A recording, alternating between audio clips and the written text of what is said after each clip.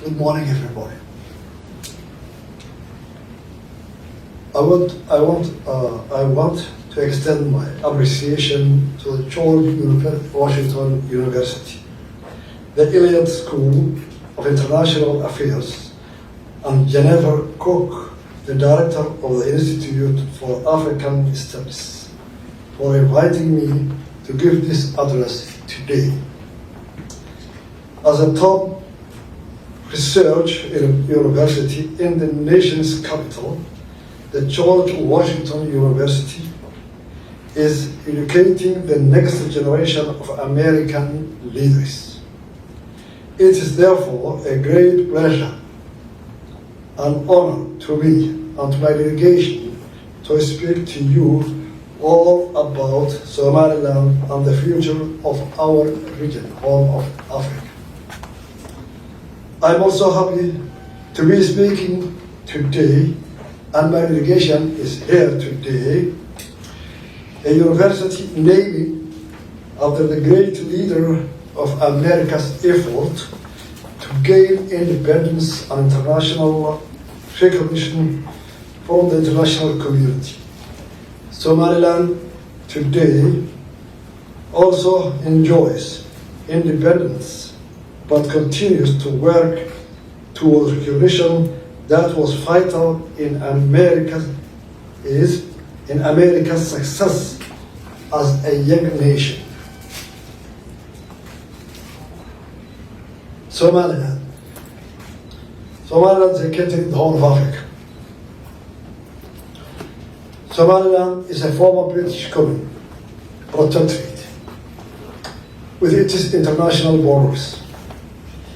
Somaliland gained its independence on 26 June 1960, and after 5 days voluntarily made a union with Somalia, which was Italian colony.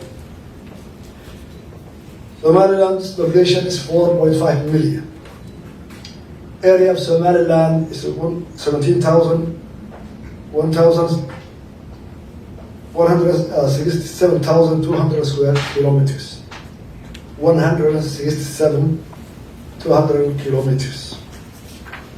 Type of governance: Democratic Republic of Somaliland, multi-political party, presidential, 2 chambers of parliamentary system, House of Representatives and the House of Lords, or what we call the House of Elders. 6 elections, freely contested with 1 man and 1 vote. Fulfills all the requirements of a sovereign state, but unluckily, till today, not recognized by the international community. Somaliland is a peaceful country. For the last 33 years, there were only 2 events of extremist attacks in Somaliland. One was in 2008. It was an explosion in 2 offices in Hargeisa. The other one, it was 2004, which they attacked a secondary school and they killed 2 teachers of UK citizens. We were very sorry about it. Stable. We are the guardians of the Red Coast from the extremists. As you know, in the Horn of Africa, there are a lot of extremist activities, Al-Shabaab, ICS, and others. We have a coast 740 kilometers, 840 kilometers. For the last 33 years, no piracy in our coasts, on our sea. No Al-Shabaab activities. It was very safe. And our people and our armed forces and security departments, with meager budgets, we have succeeded to make the Red Sea of Somaliland especially Gulf of Aden, to be secure for the last 33 years. And that security is for all the way. Our neighbors first, Ethiopia, Djibouti, the hinterland African countries like Uganda, Kenya, and all the way to America and to Europe. We save our part of the way.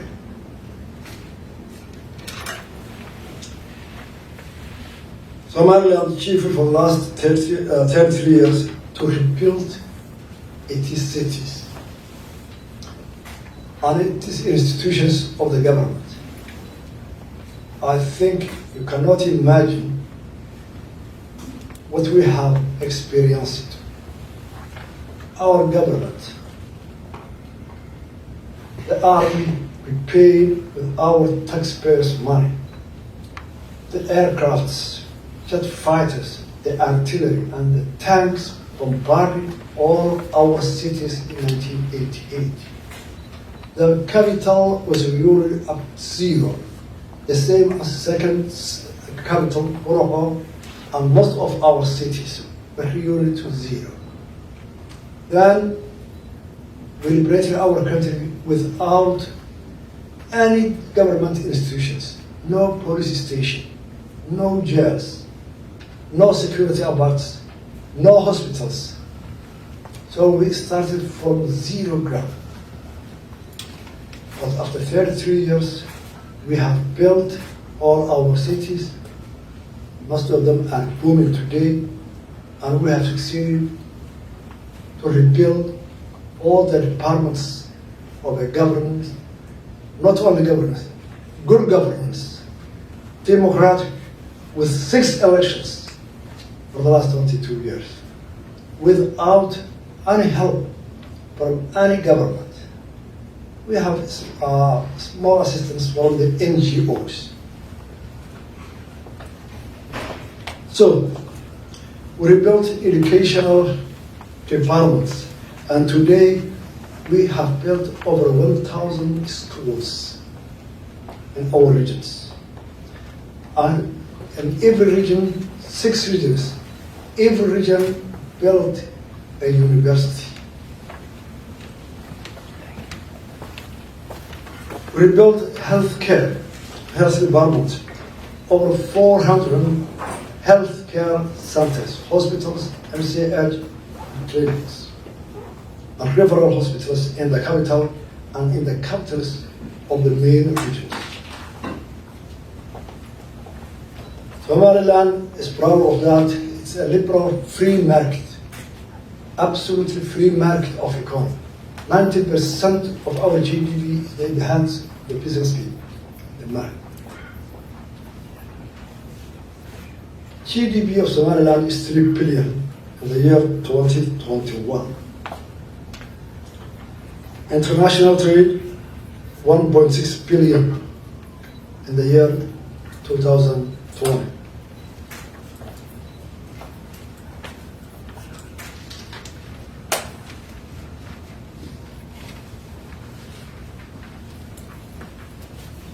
International investors. DB Well has built Berbera Port for the first phase, $400 million US. And now this year they will start the second phase of 600 million US. ADDF, Coca-Cola, General Energy, CBS of Taiwan, which is exploring an oil in our country.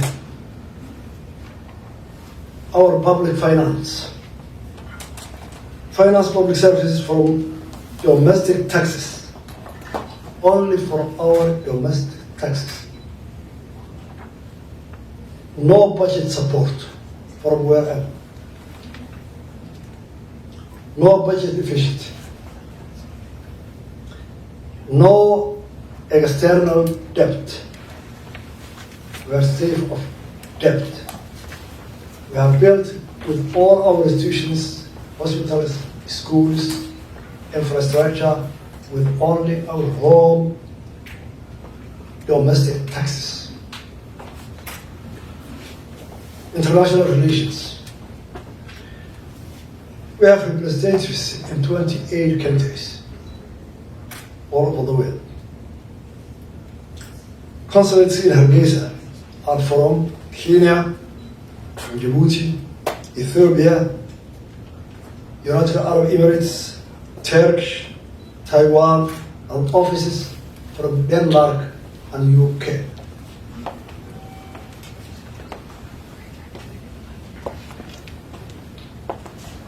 Why our delegation came here? What we are expecting from the United States? I'm happy.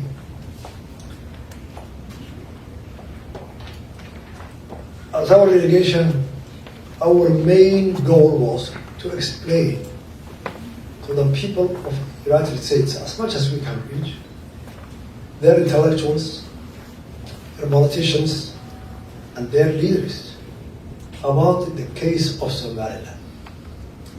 Our main goal is to get a recognition from the international community and to convince intellectuals, leaders, and politicians in our case.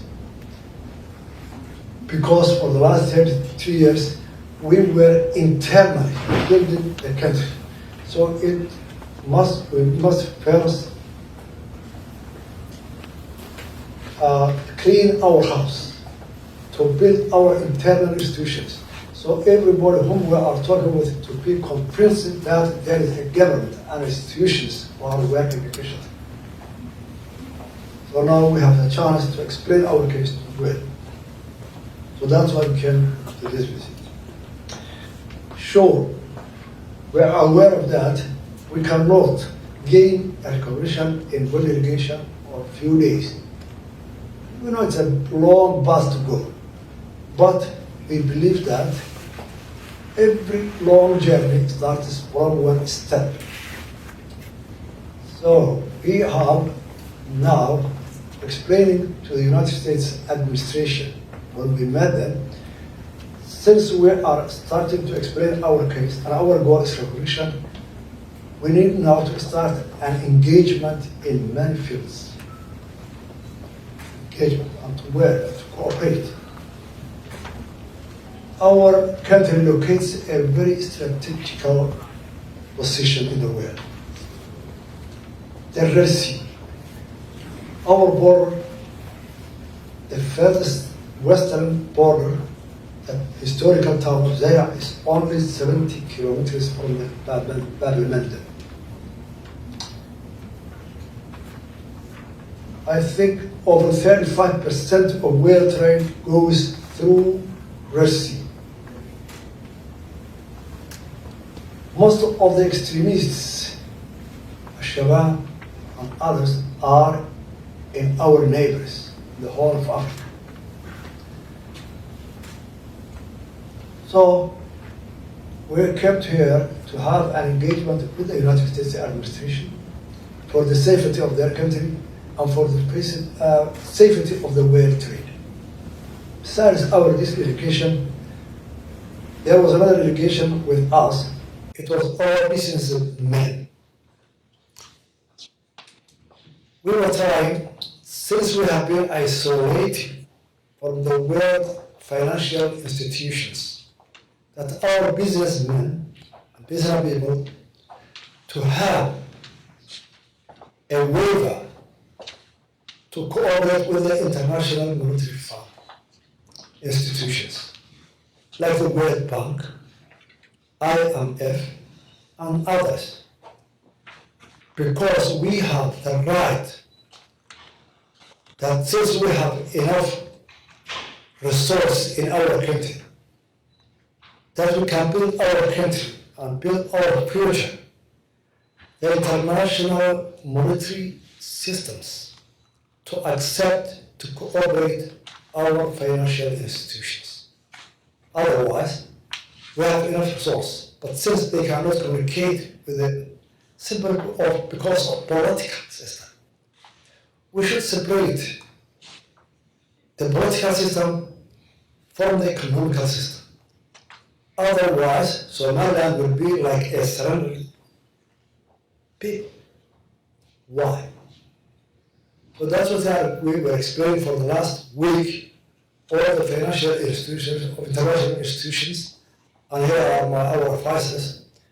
Luckily, most of Dr. Ismail was about 35 years or more, maybe 40 years. He was a senior staff of the World Bank. So we're explaining them why.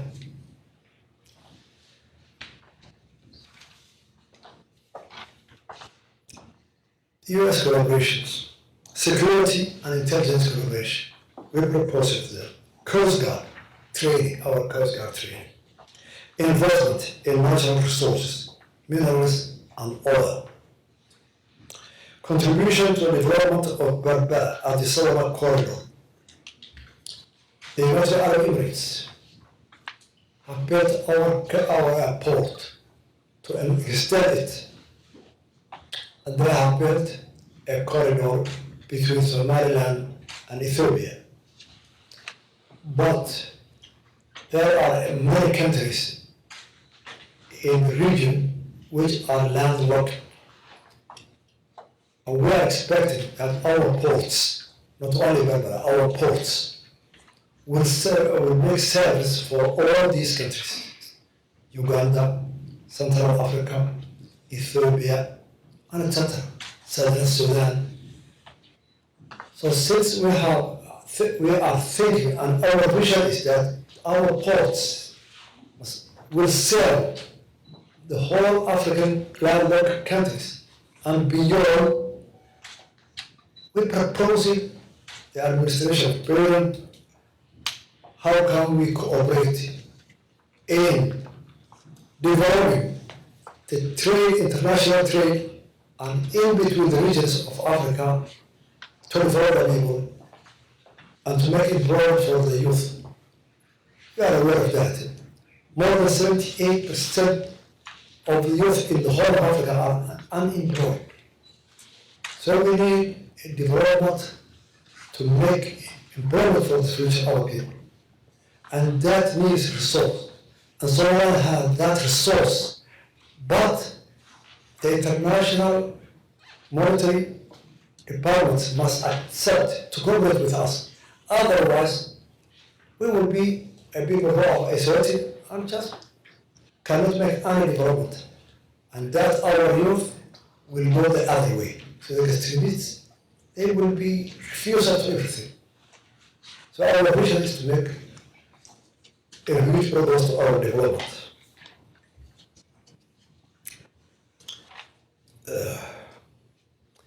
Elections and democracy. In our country, we have our people voting for Democratic Republic of Somalia, 97% of our population, 97%, almost 100%. And still they believe it. But to us, since we are now a country rebuilding from zero our government, we have a huge problem with the democracy challenge. First, in 5 years, we have every 5 years, 3 elections. This year, the president, next year, the parliament, next year, the local government. The expenses of these elections is very huge to us. Second, that this year, it's a presidential election, and there is a campaign, and there will be a conflict between the parties, between the class of the society, between the regions.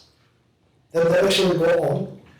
Whole next year, we are going to make peacemaking between reconciliation, between conflicts of the effects of the election. Third year, there's a parliamentary, the state, lot of experts, then campaign, then peacemaking, conflict resolutions after that. Third year, the local governments. So, we want to build our institutions' capacity. Political parties, the election committees, the people, and our youth were unemployed.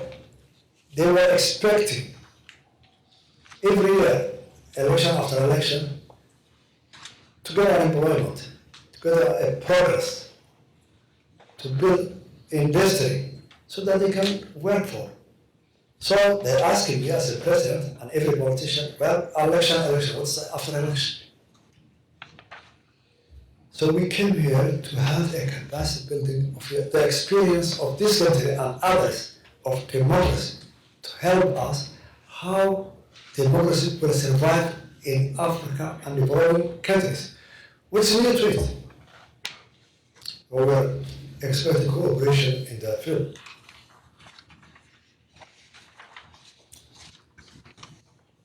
We have proposing there that this administration or United States government should open a consulate in Hargeisa. Why? In the summertime, nearly 20,000 American citizens go on their holidays, their children and families to Somalia. So they need consulate service. They need unserviced consulate. They should take an airport ticket, airline, go to Nairobi, Kenya, or to Ethiopia, a lot of expenses and time consuming. So first, that consulate will serve the citizens of American citizens, and it will be a good channel that they can work with Somaliland government and people. So that is our proposal. Since there are more than 15 countries have offices in Somaliland.